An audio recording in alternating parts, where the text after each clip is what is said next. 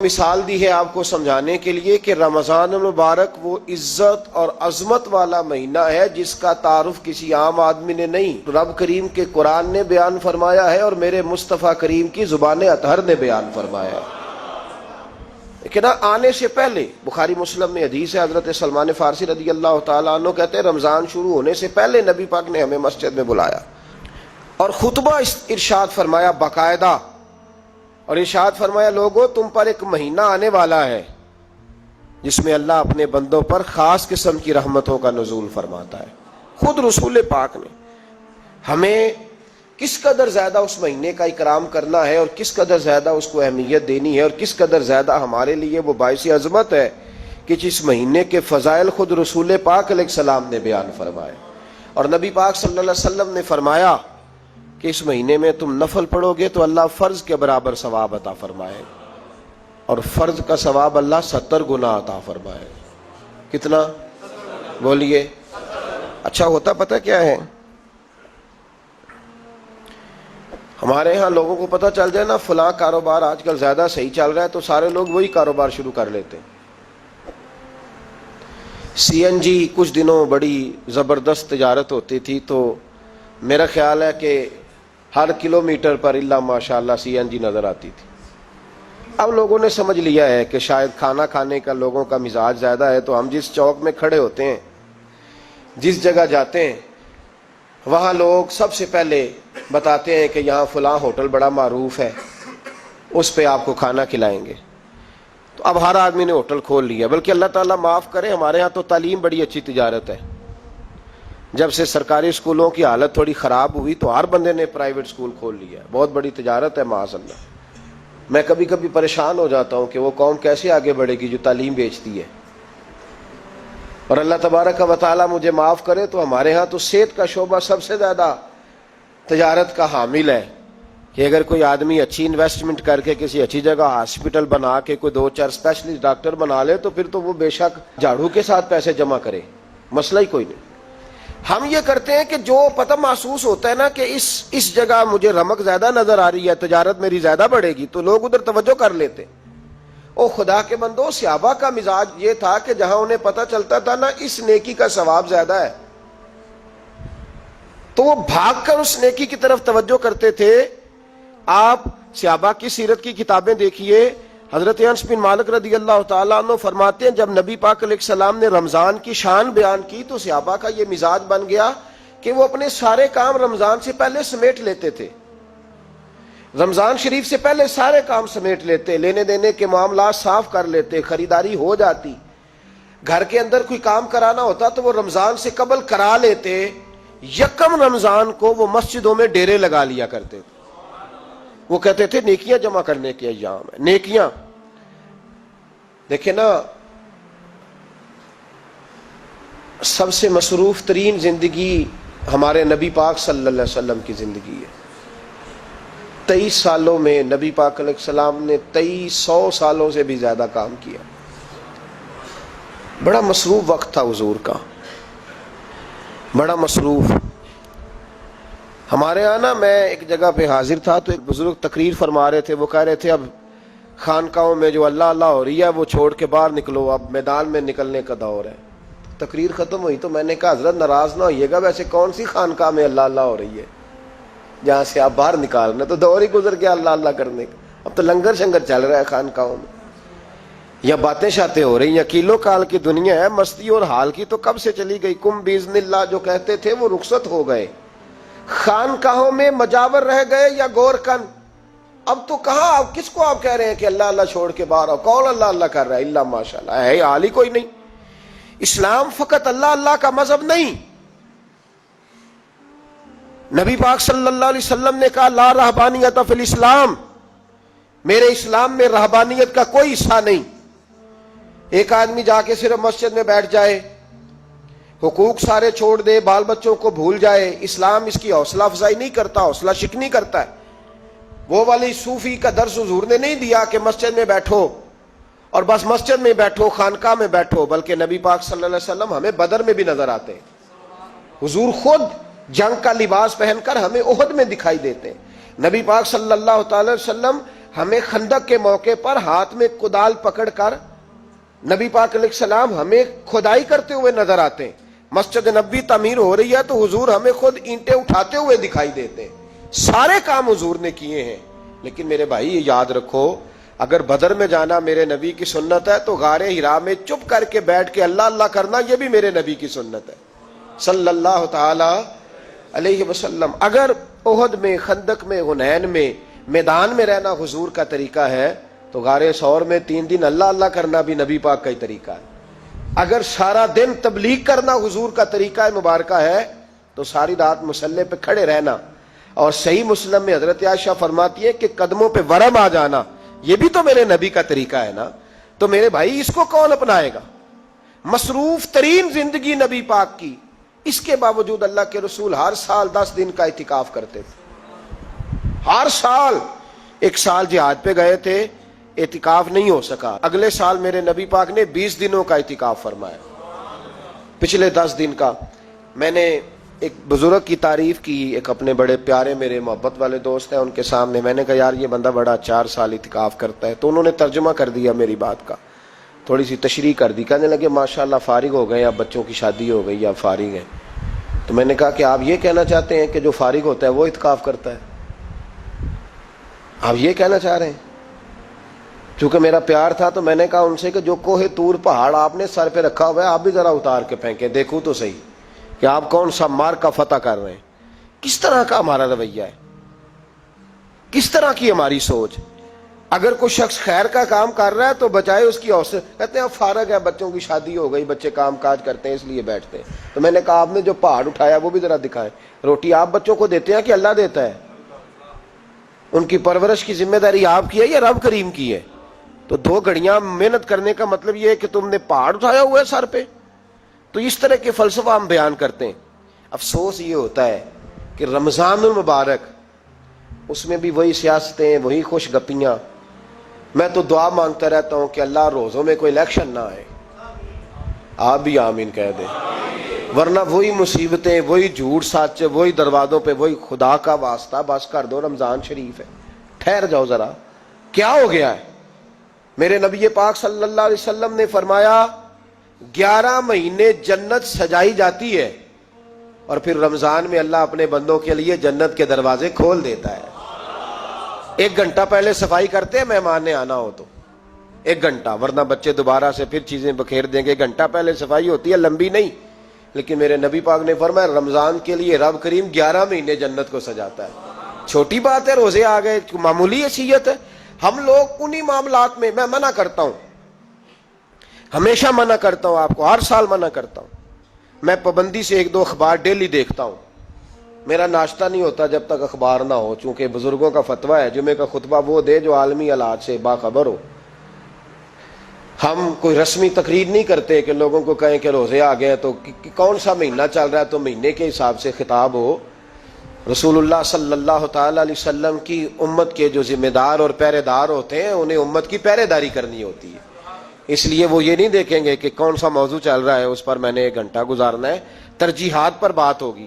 بات یہ عرض کر رہا تھا کہ میں رمضان شریف میں اخبار نہیں دیکھتا. میری اپیل ہے آپ سے کہ آپ رمضان شریف میں نہ رمضان ٹرانسمیشن بھی نہ دیکھیں، ٹی وی پہ خبریں بھی نہ سنیں. سارا سال سنیے خبریں. ہماری خبریں سننے سے ملک میں کیا انقلاب آ گیا ہے. یا وہ جو ہم نے چوک میں کھڑے ہو کے تجزیہ کیا تھا اس سے کتنے لوگ سنور گئے. چھوڑیں، جتنا وقت ملے وہ آ کے مسجد میں بیٹھیں، اللہ کے گھر میں وقت گزاریں، ٹائم دیں. عبادت آپ کو زندہ کرے گی، روحانیت پیدا کرے گی، توانائی آئے گی، خوبصورتی آئے گی آپ کے اندر، آپ زندہ رہیں گے. دنیا داری دلوں کو مردہ کرتی ہے. قرآن کی تلاوت، اللہ کا ذکر، مسجد کی حاضری روح اور دل کو زندہ کر دیا کرتا ہے. مسجد میں بیٹھیں، وقت دیں، مہربانی کریں. اور یہ بھی آج میں بڑی ذمہ داری سے عرض کر رہا ہوں، اگر آپ کبھی زندگی میں مجھے بھی دیکھیں نا ٹی وی میں کسی عورت کے ساتھ میں کسی پروگرام پہ بیٹھا ہوں تو آپ بالکل لحاظ نہ کریں. آپ بالکل وہ چینل بند کر دیں، ہمیں ضرورت ہی نہیں. میرے لیے کوئی مفتی دلیل نہیں ہے. تو عورت کے ساتھ بیٹھا ہے پروگرام میں، میں نے تو وہ والا قرآن پڑھا جس میں اللہ کریم نے کہا عورتیں آ جائیں تو مرد نظریں نیچی کر لیں. ہم نے تو وہ والا قرآن پڑھا جس میں حکم ہے کہ مرد آئے تو عورت اپنی نظر نیچی کر لے، تو جہاں علامہ صاحب کے سامنے لڑکی بیٹھی ہے ٹی وی میں انٹرویو لے رہی ہے، وہاں نظریں نیچی ہوتی ہیں؟ کہاں سے فتویٰ آیا؟ حضرت جنید بغدادی تو فرمایا کرتے تھے کہ حسن بصری پڑھانے والا ہو، رابعہ بصری پڑھنے والی ہو، تو پھر بھی ان کو بغیر پردے کے پڑھنے پڑھانے کی اجازت نہیں ہے۔ بات ختم ہو گئی۔ میں کل، مجھے سرکاری یونیورسٹی ہے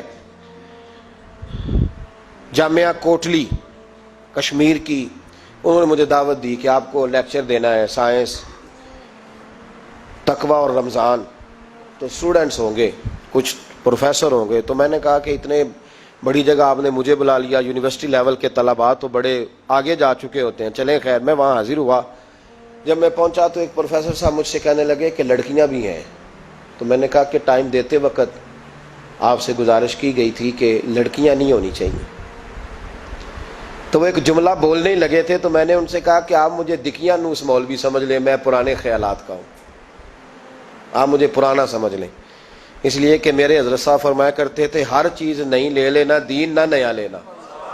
وہ 1400 سال پرانا ہی ہمیں ٹھیک ہے، ہمیں نیا دین نہیں چاہیے۔ کہنے لگے جی وہ بچیاں تھوڑی پیچھے بیٹھ جائیں گی، میں نے کہا آپ درمیان میں پردہ لگا لیں، میں انہیں نہ دیکھوں وہ مجھے نہ دیکھیں، ٹھیک ہے، بات سنیں، ختم ہو گئی۔ لیکن اگر وہ سامنے بیٹھیں گی تو ہم نہیں بات کریں گے۔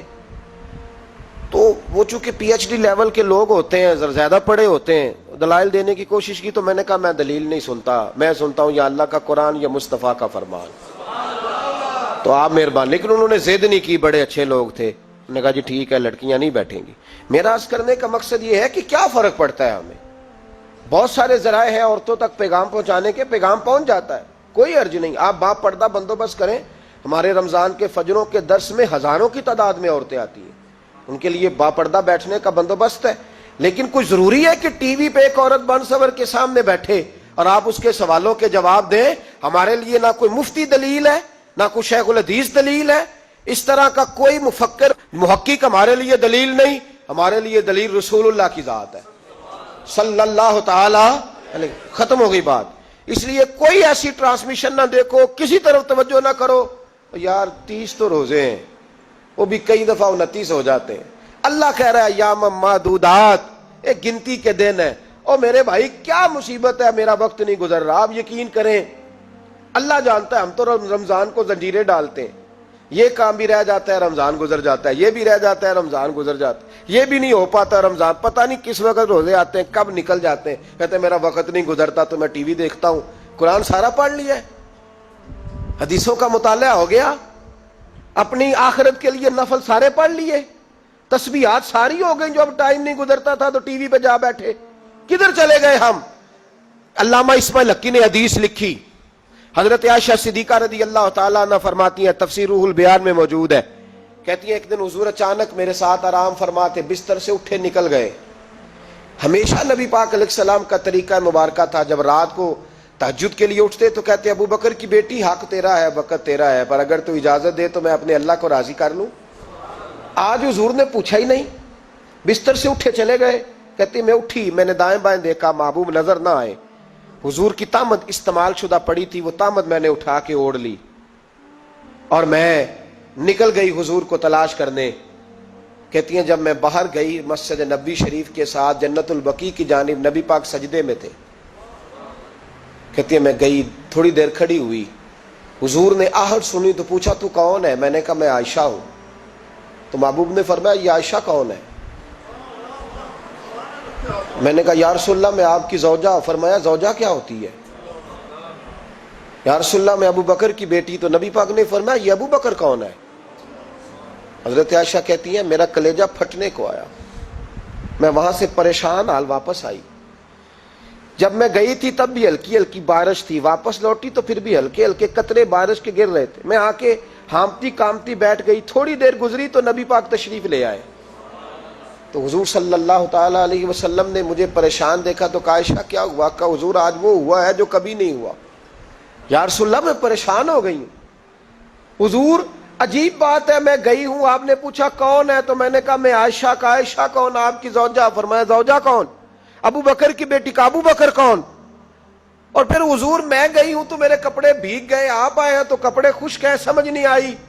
تو لفظ سنو حدیث کے، نبی پاک نے فرمایا عائشہ لی مع اللہ وقت، میرا اپنے اللہ کے ساتھ ایک وقت ہوتا ہے۔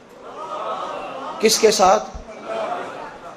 آج میرا دوستوں کے ساتھ وقت ہے، آج میرا گھومنے کا وقت ہے، آج میرا خوش گپیوں کا وقت ہے، آج میرا سیاحت کا وقت ہے، آج میرا پکنک کا وقت ہے۔ میرے نبی پاک نے فرمایا لی مع اللہ وقت، عائشہ میرا اپنے اللہ کے ساتھ، میرا اپنے اللہ کے ساتھ ایک وقت ہوتا ہے، اس وقت نہ وہاں کوئی فرشتہ آ سکتا ہے، نہ کوئی نبی اور مرسل آ سکتا ہے۔ جب فرشتہ اور نبی نہیں آ سکتے تو عائشہ اور ابو بکر کیسے آ سکتے ہیں؟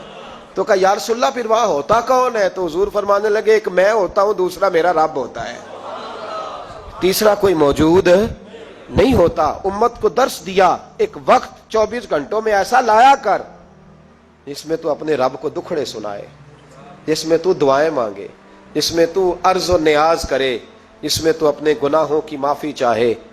اعلیٰ حضرت کے والد گرامی سے کسی نے پوچھا، مولانا نقی علی خان صاحب سے، کہ حضرت جی فرعون 500 سال ہی حکومت کر گیا، 500 سال ہی حکومت کر گیا، اللہ کا مقابلہ کرنے والا پکا کافر بے ایمان۔ تو آپ فرمانے لگے ملا رومی کی وہ کتاب پڑھو مثنوی، جس میں انہوں نے لکھا ہے کہ جب ساری دنیا سو جاتی تھی تو فرعون اٹھ کے مصلے پہ بیٹھتا تھا، کہتا تھا یا اللہ معاف کر دے، رب تو ہی ہے، گناہگار بڑا ہوں پر مہربانی کر۔ روز معافیاں مانگتا تھا تو رب کریم کی قدرت نے مہلت دی کہ روز توبہ کرتا ہے، چلو ایک دن سچی بھی کاری جائے تو اچھا ہے، اللہ نے مہلت دی۔ اور میرے بھائی اگر تو روز رات مصلے پہ بیٹھے تو تجھے مہلت ملے، عذاب نہ آئے۔ اگر تو اپنے رب کے ساتھ تنہائی کرے تو اللہ تجھے مہلت دے، سزا نہ دے۔ لیکن ہم یہ وقت نکالتے ہی نہیں، اللہ کے ساتھ میت کا ہمارا مزاج ہی نہیں۔ ترمذی شریف میں نبی پاک علیہ السلام نے فرمایا ہے دنیا داروں کو دکھڑے نہ سنایا کر، مالداروں کے سامنے رونے نہ رویا کر، یہ تجھے کیا دے سکتے؟ تو اٹھ کے جائے گا تو کہیں گے محنت کرتا نہیں، روز مانگنے آ جاتا ہے۔ دنیا داروں کو دکھڑے نہ سنا، پر میں دکھ سنا تو اپنے رب کو سنا، اللہ والوں کو سنا، اللہ کے نبی کو سنا۔ اس سے مراد یہ سارے کہا دکھڑے اپنے رب کو سنا۔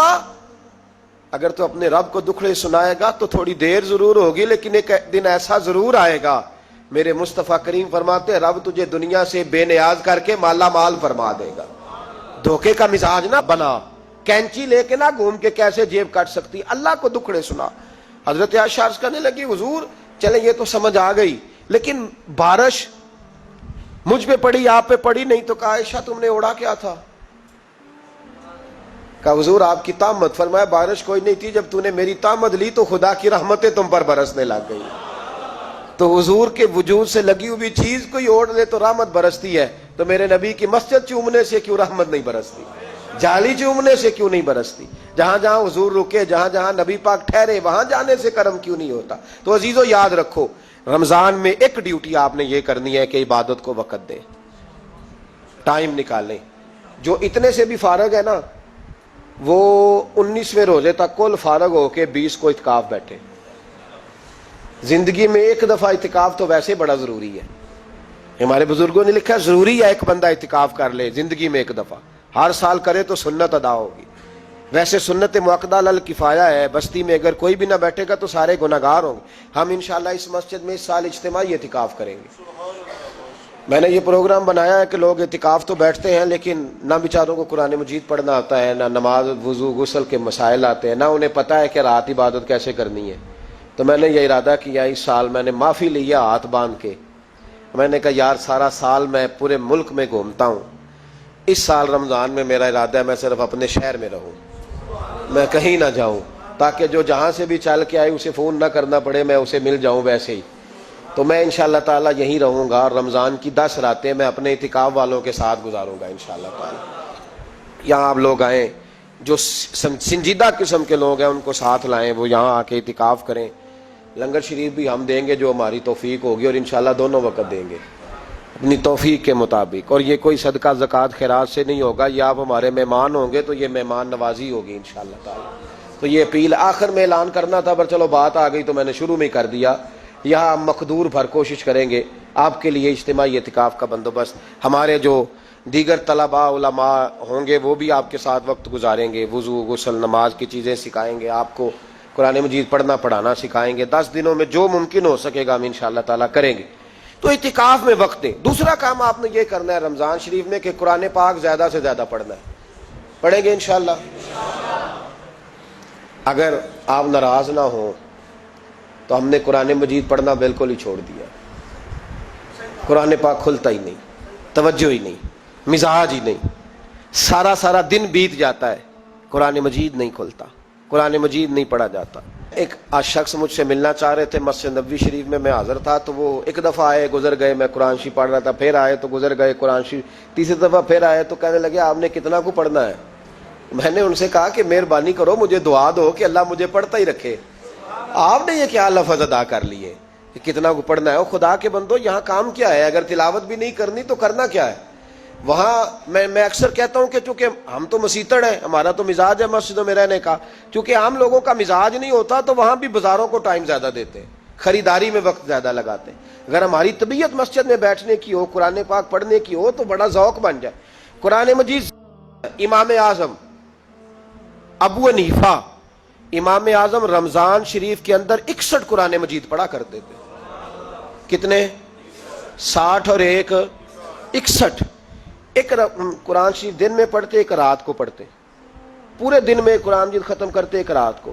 اور آپ فرماتے ہیں 61واں قرآن مجید وہ تھا جو میں تراویحوں میں سنا کرتا تھا. 61 قرآن پاک آپ ہر رمضان میں پڑھا کرتے تھے. میری آپ سے گزارش ہے ایک سپارہ مسجد میں پڑھے رمضان میں, ایک سپارہ گھر میں پڑھے. مسجد میں پڑھیں گے تو مسجد کا حق ادا ہوگا, اور گھر میں قرآن پاک کھول کے بیٹھیں گے تو بچے بھی آ کے پاس بیٹھ جائیں گے, چھوٹے چھوٹے بچے. یہ کبھی تجربہ کرنا, یہ بخشش کا ذریعہ ہے.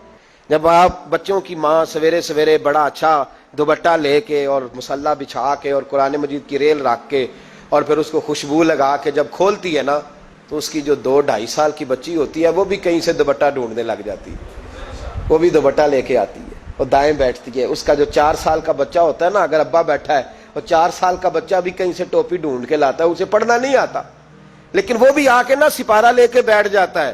میں نے دیکھا ہے بچے تھوڑا تھوڑا ہلنے لگتے ہیں.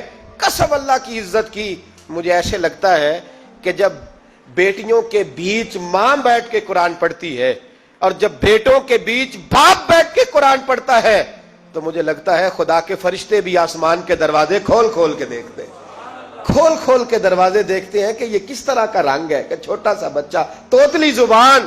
مجھے وہ حدیث پڑھ لینے دو جو امام جلال الدین سیوطی نے روایت لکھی ہے. فرمایا حضرت عیسیٰ علیہ السلام میں قبر کے پاس سے گزرے تو عذاب ہو رہا تھا, چند گھنٹوں کے بعد گزرے تو وہیں رحمتوں کا نزول ہو رہا تھا. حضرت عیسیٰ عرض کرنے لگے مولا میری مجال نہیں میں پوچھوں, چند گھنٹے پہلے یہاں عذاب تھا, اب یہیں کرم ہو رہا ہے. اللہ اب اس نے کوئی نیک عمل کیا تو ہے نہیں, قبر میں تو عمل ختم ہو جاتا ہے, اتنا کرم کیسے؟ تو رب کریم نے فرمایا موسیٰ بندہ بڑا گناہگار تھا, پاپی تھا, سزا کا حقدار تھا, پر جب انتقال اس کا ہوا تو بیوی اس سے پہلے حاملہ تھی, اس کے انتقال کے 2-4 مہینے بعد بچہ پیدا ہوا, پھر اس بیوی نے بچہ پالا, آج 4.5 سال کا بچہ مکتب گیا ہے, استاد نے بسم اللہ شریف پڑھائی ہے, اس کے بچے نے توتلی زبان پہ کہا بسم اللہ الرحمن الرحیم. تو مجھے حیا آئی ہے کہ اس بیچارے کو بھی لفظ نہیں ادا کرنے آتے, زمین پر بیٹھ کر یہ توتلی زبان سے مجھے رحمان اور رحیم کہے اور میں اس کے باپ کو سزا دوں. بس بچے نے ایک دفعہ بسم اللہ پڑھی ہے, میں نے باپ کے سارے گناہ معاف فرما دیے. مہربانی کرو, ایک سپارہ گھر میں, ایک سپارہ مسجد میں, یہ ضرور آپ نے روٹین بنانی ہے. مسجد میں پڑھیں گے تو مسجد کا حق ادا ہوگا, گھر میں پڑھیں گے تو بچے بھی پڑھیں گے. اور تیسرا سپارہ وہ ہے جو آپ نے تراویح میں سننا ہے. تو کتنے سپارے ہو گئے ایک دن میں؟ 3. تو رمضان میں کل کتنے ہو گئے؟ 3 قرآن پاک. کتنے قرآن پاک جی؟ 3 قرآن مجید, ایک سپارہ دن میں, ایک رات میں. تو آپ کا 10 دن کے اندر انشاءاللہ قرآن پاک ختم ہو جائے گا. کریں گے انشاءاللہ تعالی. یہ ذہن بنائیں, یہ ذوق پیدا کریں, اور قرآن پاک کا ایک حرف پڑھیں تو اللہ 10 نیکیاں دیتا ہے, اور رمضان شریف میں 70 گنا بڑھ جاتی ہیں. تو اب ذرا ضرب دے لو بات کہاں جائے گی. تو رمضان المبارک میں قرآن پاک سے میں نے کہا کوئی اخبار نہ دیکھو, کچھ نہ دیکھو, سارا دن بس قرآن پاک دیکھو, سارا دن قرآن مجید پڑھیں, قرآن پاک سے دل لگائیں. حضرت عبداللہ ابن مسعود رضی اللہ تعالیٰ عنہ فرماتے ہیں نبی پاک صلی اللہ علیہ وسلم نے مجھے بلا کے کہا مجھے قرآن پاک تو سنا. میں نے کہا یا رسول اللہ آپ پہ نازل ہوا میں آپ کو سناؤں؟ تو فرمایا میرا دل کر رہا ہے میں تجھ سے سنوں. حضور کو زیادہ آتا تھا نا, تو کبھی کبھی آپ سمجھ لیں کہ آپ کو زیادہ آتا ہے, لیکن پھر بھی سامنے والے, میں اکثر کہتا ہوں مدرسے کے طلباء سے, میں کہتا ہوں آپ قاری اور حافظ تو ہو گئے ہو, پر کبھی کسی اور سے بھی سنا کرو.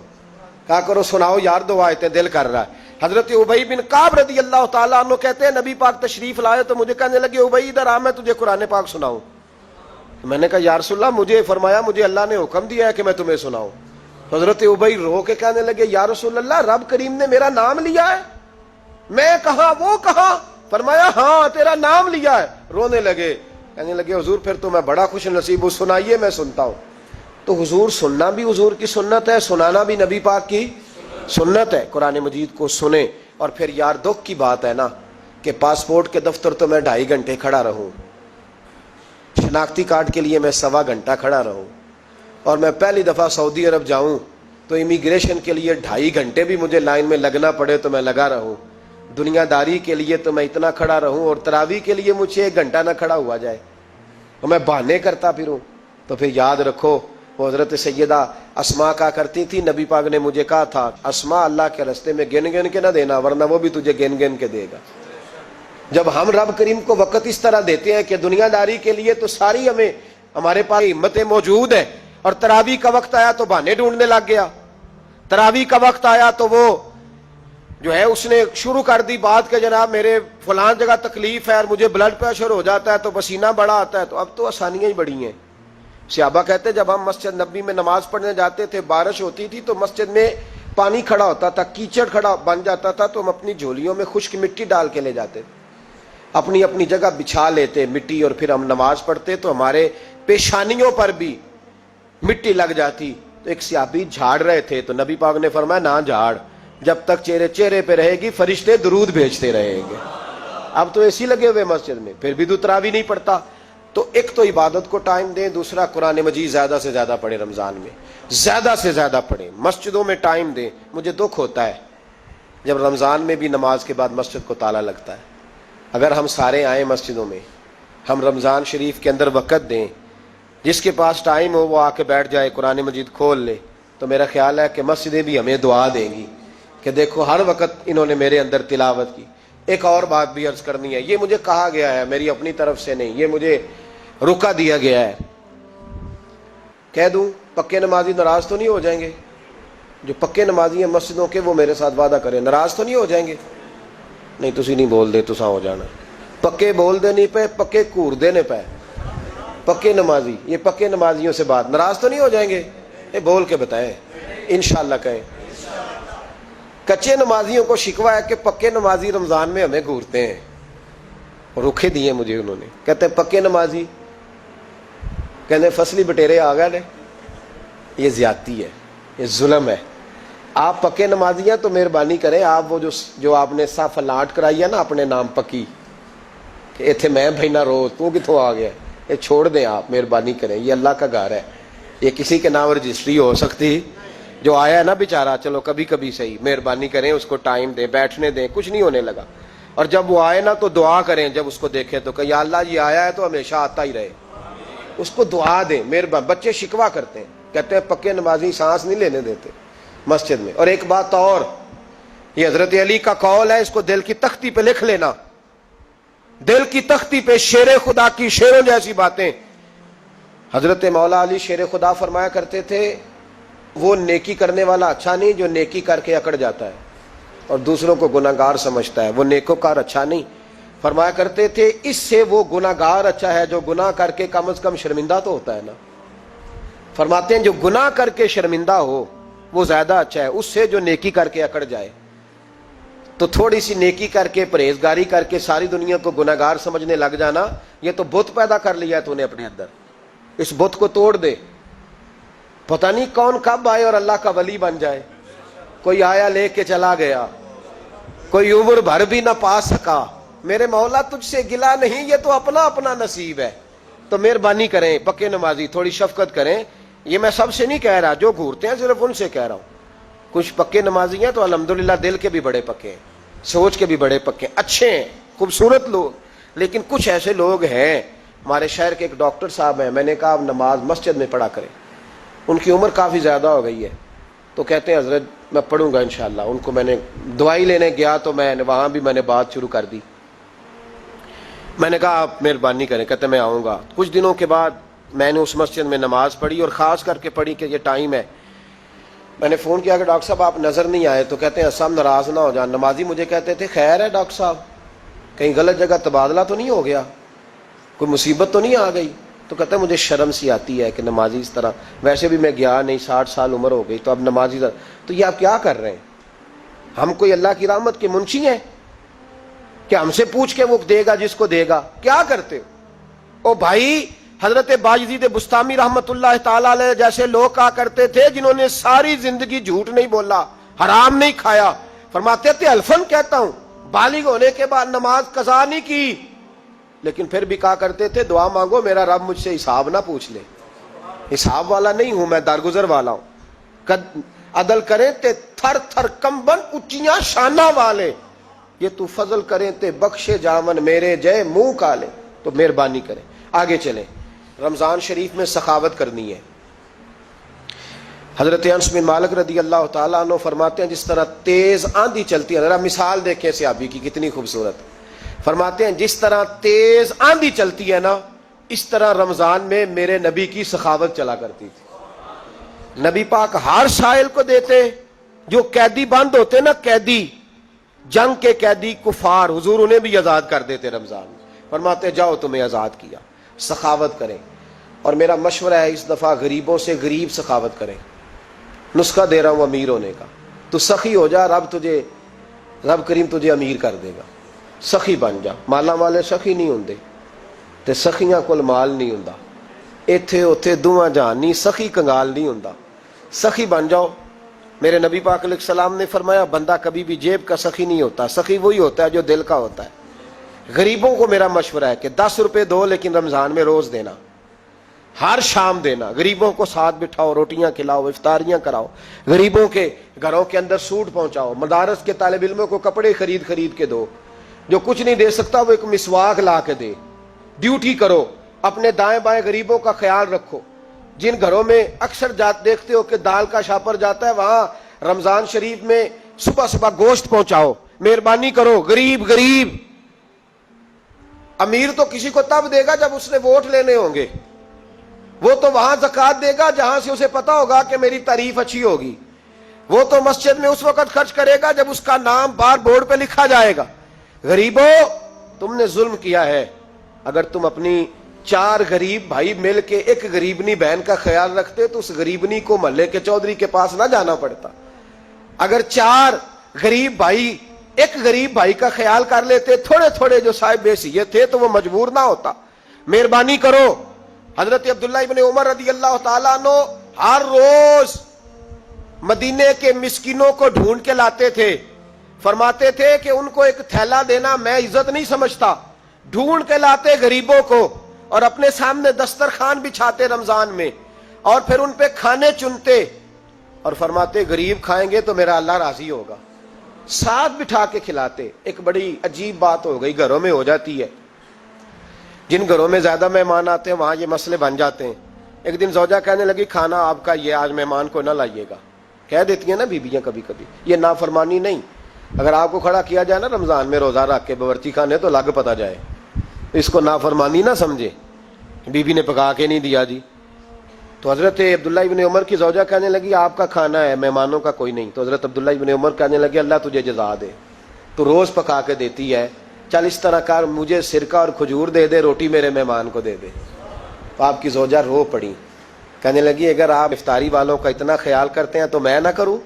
مجھے 10-20 منٹ کا ٹائم دے، میں اپنے اوپر وزن بوجھ ڈالوں گی، میں تھوڑی مشقت میں پڑوں گی، لیکن مہمانوں کے لیے افطاری کا ضرور بندوبست کروں گی. ہمارے ہاں تو افطاریاں بھی سیاسی ہیں، ووٹ اکٹھے کرنے کے لیے افطاریاں. اور ڈرو اللہ سے. کس کس نام پہ لوگ دنیا داری کریں گے؟ کس کس نام؟ غریبوں کو کھلاؤ کھانا جن کو سارا سال گوشت ملتا ہے ان کی. میں کل یونیورسٹی میں کہہ رہا تھا کہ بڑا ہاتھی ہوتا ہے پر بادشاہ شیر ہوتا ہے، اس لیے کہ شیر ہفتے میں 1 دن گوشت کھاتا ہے. اگر روز کھائے نا تو اس سے بھی نہ اٹھا جائے، جس طرح ہم سے نہیں اٹھا جاتا. اس سے اٹھا کوئی نہ جائے، وہ ہفتے میں 1 دن کھاتا. مگرمچھ سب سے دلیر جانور ہے،